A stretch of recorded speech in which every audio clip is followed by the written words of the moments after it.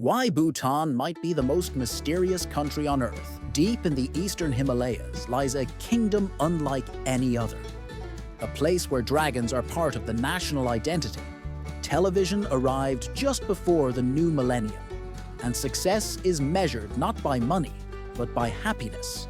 Welcome to Bhutan, a land of monks, mountains, and mysteries that will make your head spin and your travel budget cry. Today, we are diving into 5 strange, fascinating, and slightly controversial truths about Bhutan. The peaceful paradise with a few unexpected plot twists. 1. Gross national happiness, utopia or illusion? Can a country really measure success through happiness instead of money? While the rest of the world is chasing GDP, traffic, and economic chaos, Bhutan decided to follow a different path. In 1972, the King of Bhutan introduced gross national happiness, an idea that progress should be measured not just by financial growth, but by spiritual well-being, cultural values, and environmental balance. Sounds perfect, right? A government that actually cares about your happiness? What a concept! But not everyone is convinced. Some critics argue that gross national happiness might be more philosophy than policy. Bhutan has made progress, but 1 in 8 people still live in poverty. Access to healthcare and education is improving, but not perfect. And while the country is peaceful, freedom of expression is limited. Journalists and citizens are careful about what they say. Too much criticism might ruin the mood. Some even suggest that Bhutan encourages a kind of forced happiness, where dissent is not welcome and challenges are politely ignored. Still, the world admires the idea. Gross national happiness has inspired governments and economists everywhere.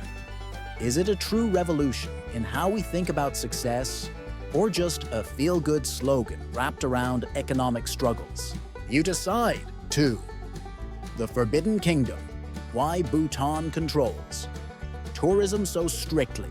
Why does Bhutan charge tourists $200 a day just to visit? That is not a typo. If you want to visit Bhutan, be prepared to pay a daily fee called the Sustainable Development Fee. It is not your hotel or food. That is just the price to enter. The idea behind it is simple.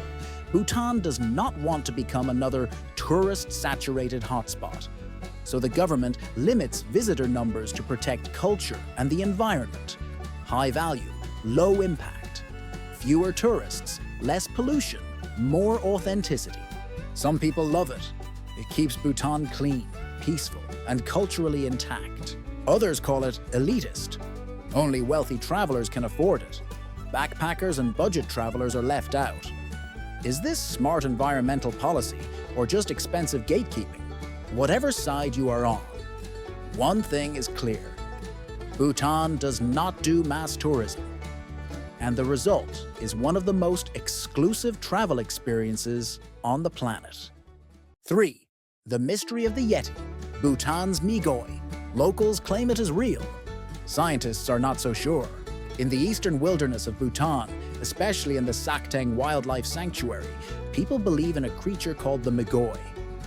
It is their version of the Yeti.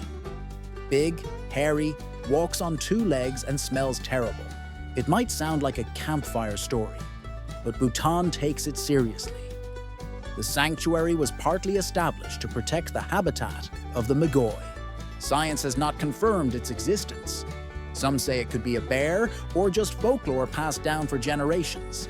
But in Bhutan, belief in the Migoi is not a joke. It is part of the culture, part of the mystery. And let's be honest, every country needs a good monster legend. Is the Migoi real? We do not know. But the fact that it has its own protected area makes this one of the strangest conservation efforts on Earth. 4.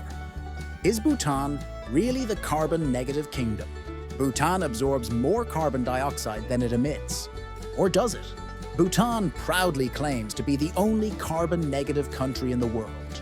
Forests cover over 70% of the land.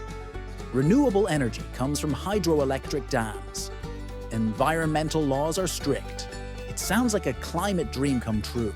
But some environmental experts are asking tough questions. Should Bhutan count the carbon emissions from the goods it imports? What about the fuel burned by international flights bringing tourists in? What happens if development increases and emissions rise? And then there is the economic side. Staying carbon negative is expensive. Bhutan relies on foreign aid and exports to maintain its green economy. So is Bhutan a global model for climate responsibility? Or is the truth more complicated? Either way, Bhutan is doing more for the planet than most nations combined. 4. Bhutan's secret of isolation. Peaceful or controlled? Peaceful paradise or tightly controlled society? Until 1999, Bhutan had no television and no internet. The government believed that modern media might corrupt traditional values. Even today, foreign media is limited. Western culture is filtered carefully. The goal is to preserve identity and stability. This isolation has kept Bhutan unique, but it has also raised concerns. Freedom of the press is restricted, political dissent is rare, controversial topics are avoided. One of the most sensitive issues is the exile of tens of thousands of ethnic Lhotshampa people in the 1990s, a topic not often discussed inside Bhutan. So, is Bhutan a paradise built on tradition and peace? Or is it a tightly managed society where difficult conversations stay behind closed doors? Maybe it is a little of both. Bhutan is full of contradictions, ancient and modern, open and closed, spiritual and political. For every beautiful monastery, there is a question. For every peaceful village, a deeper story. It is not perfect, but it is fascinating. And in a world that moves too fast, Bhutan might just be the slow mystery we all need. What do you think?